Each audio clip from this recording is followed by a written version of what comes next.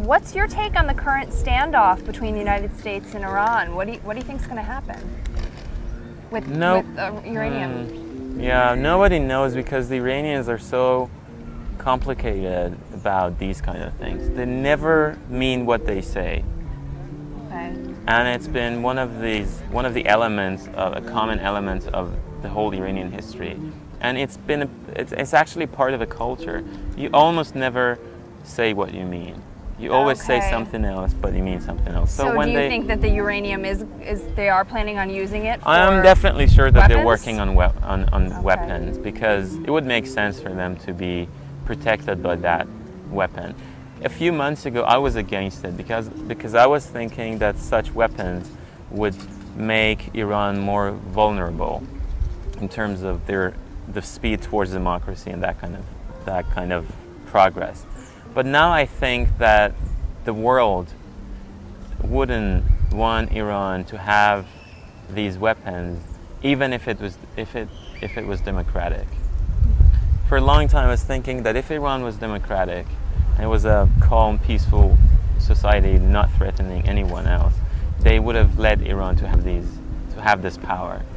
But now I doubt it, because it's always been like that. Even during the Shah, before the revolution, when Shah was very ambitious about these kind of things, they didn't really like the idea of a powerful Iran, because it's it's very strategically placed in the Middle East in terms of access to the energy.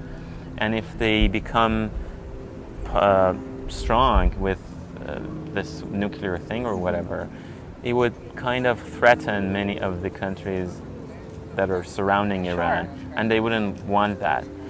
So I think as an Iranian who only sees the national interest of Iran, from this point of view, they definitely should have nuclear weapons, but at the same time I don't say that this government should carry it. This government is not democratic and they're threatening other countries. So you're saying in the future it would be appropriate, but yeah, not I under this personally regime. think that Iran should have nuclear weapons, otherwise it could be threatened by Russia, by Pakistan, by Saudi Arabia, and all those countries who have always threatening Iran, the sovereignty of Iran. So this is my opinion, but the problem is that I don't want this government to have these weapons. Okay. So instead of, one of my proposals, I think this could be a good proposal to the Western countries, that instead of trying too hard to stop Iran from making these weapons, try to make it democratic.